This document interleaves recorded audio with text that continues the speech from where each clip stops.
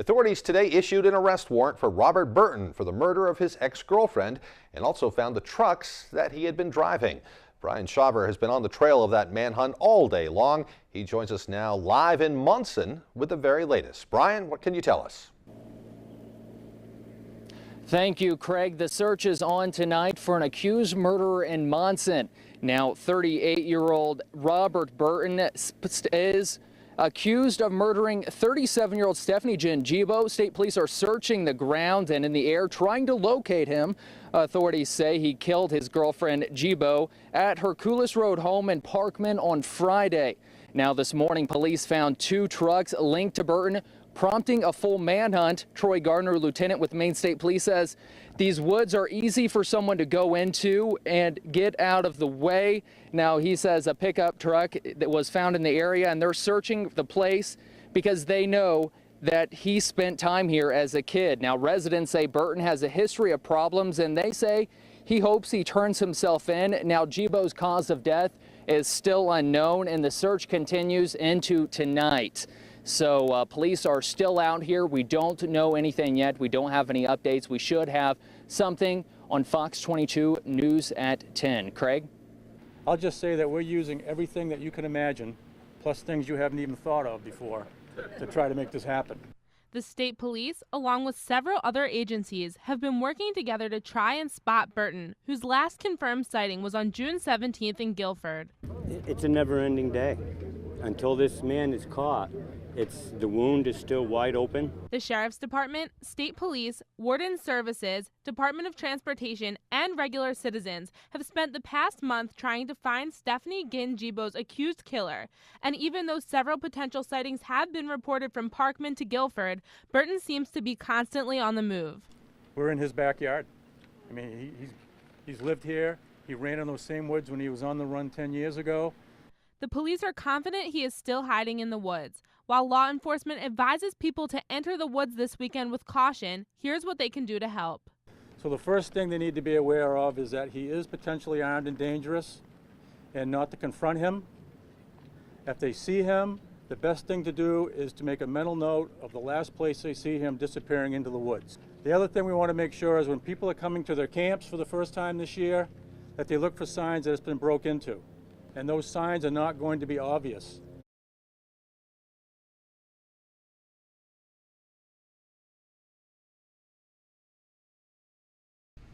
Police stood out on Route 15 handing out wanted flyers. The chief stresses the importance of calling immediately if Burton is potentially spotted, reminding people that most manhunts end with a citizen's phone call.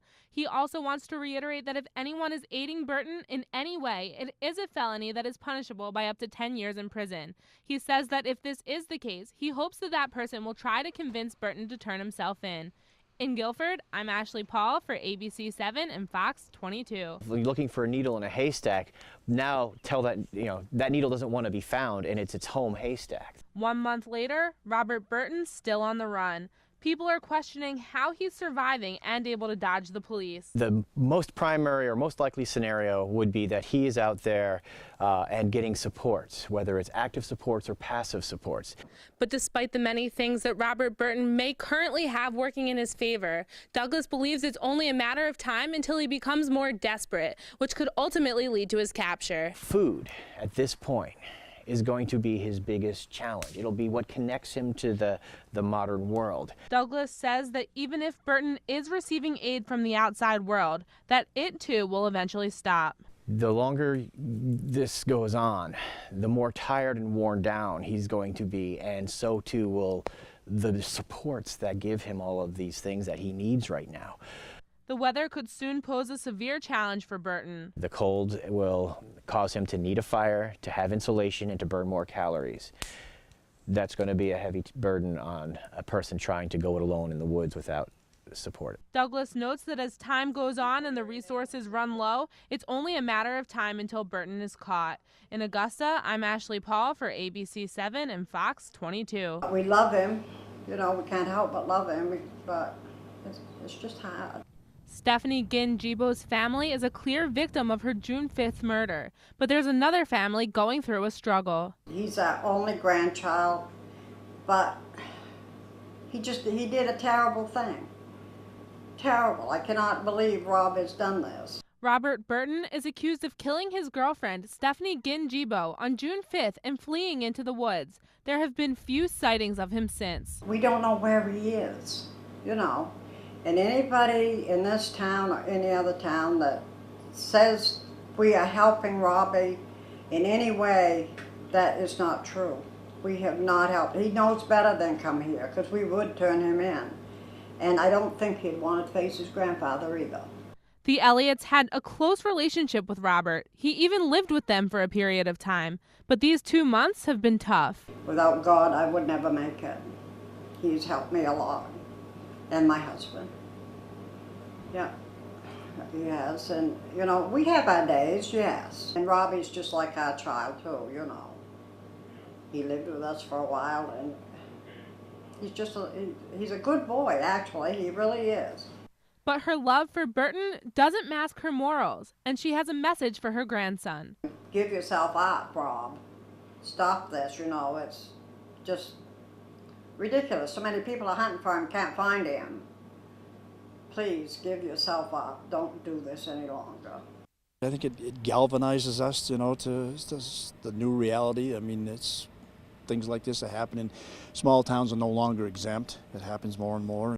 2 months into the manhunt for Robert Burton, the man accused of killing his former girlfriend, and still very few leads. The aftermath leaving a lasting impact on the small town. Still some, I think, that are locking their doors and taking the keys out of their cars and things that we usually didn't do in a small town like this in the past, that I continue to do that. There'll always be some, and some will do it now forever, probably. The dog barks. Ordinarily, you'd never give it a thought. Now you kind of wonder what's going on, if there's someone, if he's out there. But while many are still afraid, there are several people who have been able to move on with their lives as usual. I think, by and large, it's come to be routine. I don't think the nervousness, or it's not like he's on everybody's mind every moment. I don't think he means a lot of harm to anybody right now. I live in Blanchard, and I have a camp in Parkman, but I stay there alone. You know, I'm not afraid. I think he's probably in Canada by now, but who knows? The search for Burton continues, with the FBI assisting in the manhunt. And as we discovered, many aren't letting it stop them from moving on with their lives. In Guilford, I'm Ashley Paul for ABC7 and Fox 22. I'm just so happy. I'm just so happy. You can't say. I'm just, she's getting some justice today. For Vance Ginn, the last 2 months have been unbearable. With countless sleepless nights and a 15-pound weight loss, he finally has the peace he's been waiting for. Well, when my wife came out the door, because I found out by her running out the door as I came home from work, asking me, have you heard? And I said, no, I thought something else bad happened. She goes, he turned himself in at the sheriff's department. Well, immediately, I went above the attic and I went into the clouds. This is the first time that I've felt happy since June 5th. And while he admits that his life will likely never be the same, he hopes that residents in the area can find some sort of normalcy in their lives again. But at least our community now can put the guns away and they can unlock their doors. People in the town definitely feel the relief that Ginn feels as well. Best thing he could have done. I think it's pretty cool, actually. Yes, I do feel a sense of relief. My family's safe. Can enjoy the rest of the summer being outside with the kids. Burton will appear in court tomorrow and will keep you up to date with the latest as it becomes available. In Dover Foxcroft, I'm Ashley Paul for ABC7 and Fox 22. Brief but long awaited, Robert Burton finally in handcuffs as he walks into a courtroom at the Piscataquis County Courthouse. State of Maine versus Robert Burton. Burton is accused of murdering his ex-girlfriend Stephanie Ginjibo on June 5th in her Parkman home and then escaping into the woods. After 68 days of eluding police, he turned himself into the sheriff's department on Tuesday just before noon. He does. He has the form. I don't know if he had a chance to complete it or not. But A 6-page affidavit was released following Robert Burton's first court appearance on Wednesday afternoon. In it, a much closer look at the events surrounding Stephanie's murder. Police say it was Stephanie's 13-year-old daughter who found her mother dead on her bedroom floor, shot twice in the back. The girl woke her 10-year-old brother but shielded him from the sight while she called 911. The two children last saw their mother when she tucked them into bed the night before. Outside Stephanie's first-floor open bedroom window, police found a camouflage backpack they say belonged to Burton. Inside that backpack, a knife, duct tape, binoculars, flashlights, and prescription medication bottles in Burton's name. Police say Stephanie was desperately afraid of Burton. She even changed her locks and slept with a gun on her pillow. In her bedroom, police found evidence of a struggle. 4 shell casings, a bullet hole in the ceiling, a bullet hole in a pillow, and duct tape hanging from her right wrist. Police also say that Burton told his father and 2 friends that he believes Stephanie was cheating on him and was clearly upset by the breakup. The affidavit fails to go into detail about Burton's whereabouts during the past 2 months.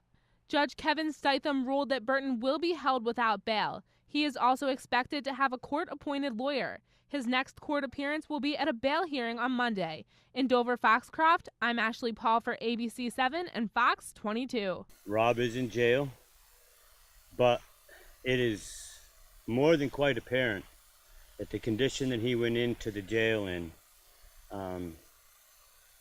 wasn't what he should be in if he spent all this time outside.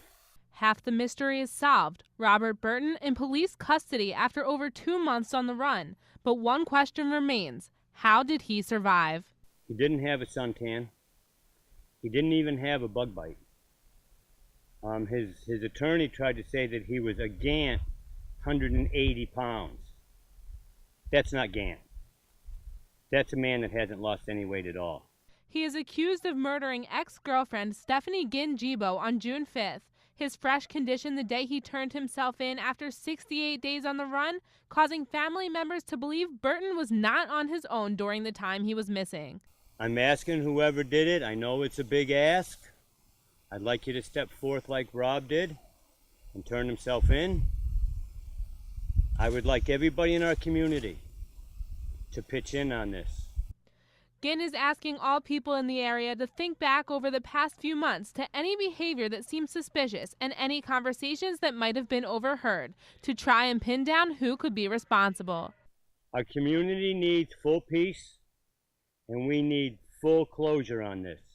Right now, we only have half. Police are also investigating whether or not this may be true. Ginn says he wanted to make this final plea on Wednesday specifically, which would have been Stephanie's 37th birthday. In Abbott, I'm Ashley Paul for ABC 7 and Fox 22. Not guilty. And how do you plead to count 2, charging you with possession of a firearm by a prohibited person? Not guilty. Robert Burton pleading not guilty to murdering ex-girlfriend Stephanie Gin-Gibo, whose body was found on June 5th in her Parkman home after being shot to death. Stephanie's parents sharing their reaction to the proceedings. Well, uncomfortable, but at least he's where he needs to be. He's not back out in the public. In August, Burton walked into the Piscataquis County Sheriff's Office, surrendering himself to police, ending the longest manhunt in modern state history. Gin-Gibo's parents wishing that more could have been done to prevent the murder of their daughter, considering Burton's previous criminal record. Because he was on probation up until the day before he murdered my daughter. Vance says he thinks Burton should have been wearing an ankle bracelet, stating his concern for the way the system currently operates in Piscataquis County. We have to do something more to make them stay away from the victim. The only way to do that is through this anklet system. But District Attorney Chris Almy says Burton wasn't in consideration for an ankle bracelet. People should realize that ankle bracelets are only for people who are on bail if the ankle bracelets are available. But in this case, Mr. Burton was not on bail at the time he committed the offense.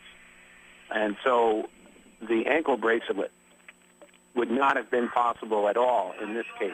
Gin-Gibo's parents say that they take solace in the fact that their grandchildren, Stephanie's kids, are living back in the area again. We feel real comfortable that with the thought that our daughter spent her Christmas with Jesus at his table. In Dover, this is Caitlin Connolly reporting for ABC 7 and Fox 22.